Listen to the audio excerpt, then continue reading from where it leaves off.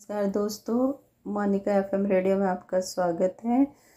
Spiritual book series में आज की बुक है मोना महादेव की, जो मेरी खुद की बुक है। यह अप्रैल 2023 में पब्लिश हुई। इसमें जिस प्रकार मीरा ने श्री कृष्ण के प्रति जो भाव रखे, वैसे ही भावों को मोना ने महसूस किया और उनको शब्दों का रूप दे के बुक में उतारने की कोशिश की गई है। इसमें बहुत जो भी टॉपिक लिखे गए हैं वो उनके खुद के जीवन पे भी आधारित है और 1 से 14 रुद्राक्ष की जानकारी भी दी गई है। स्पिरिचुअल पेरेंटिंग क्या होती है, कैसे की जाती है, उसके बारे में भी बताया गया है। गुरु पूर्णिमा नज़दीक है, तो उसी बुक में से एक टॉपिक मैं आज पढ़ने जा रही हूँ। Page number 62 and 63।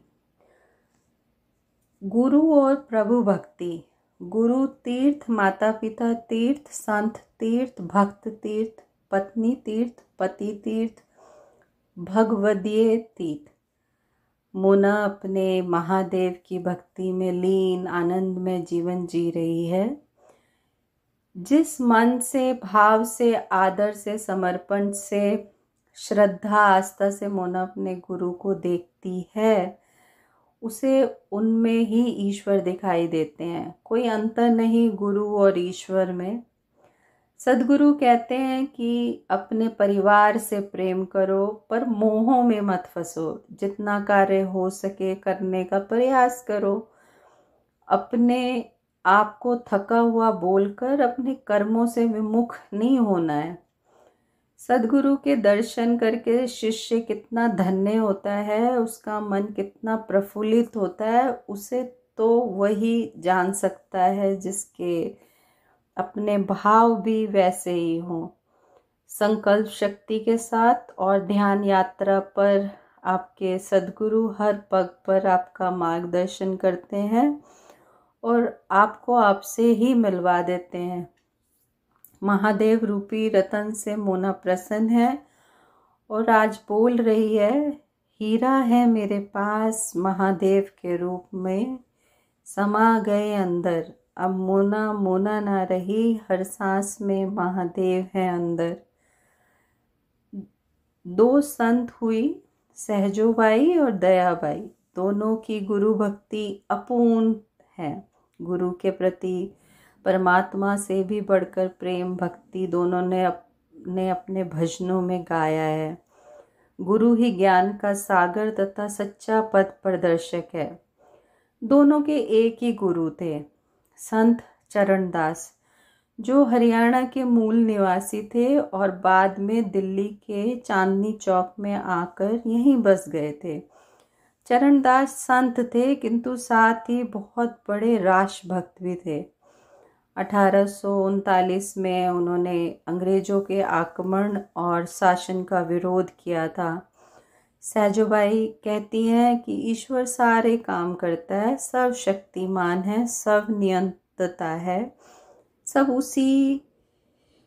कुछ उसी के बस में है, सब कुछ करने वाला वही है, किंतु नज़र नहीं आते, स्वयं को छिपा कर रखा हुआ है। और गुरु जिन्होंने इतने उपकार किए, उनके साक्षात दर्शन कर लो, सूरा स्वरूप को देखकर धन्य हो जाओ। बात कर लो, आशीष ले लो, गुरु की कृपा पालो, साक्षात दर्शन करो। सहजोबाई की तरह दयाबाई ने भी अपने गुरु की बहुत महिमा गाई है।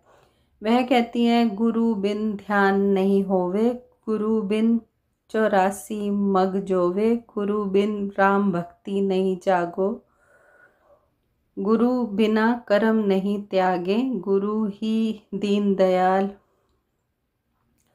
गुरु सरने जो को ही जाही, करे कागनु हंसा, मन को मेरत हैं सब संसार।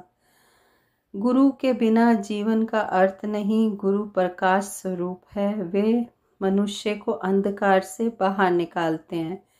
अभिप्राय यह है कि सद्गुरु के सत्संग, ध्यान और भक्ति से उसका भक्त भी सर्वज्ञ होके उत्तम सहज अवस्था को प्राप्त कर लेता है।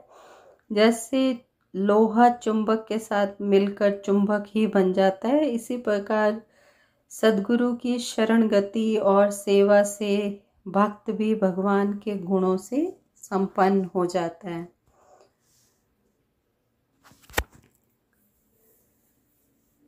चलिए अब आती हूँ एक नई बुक के साथ। तब तक के लिए नमस्कार।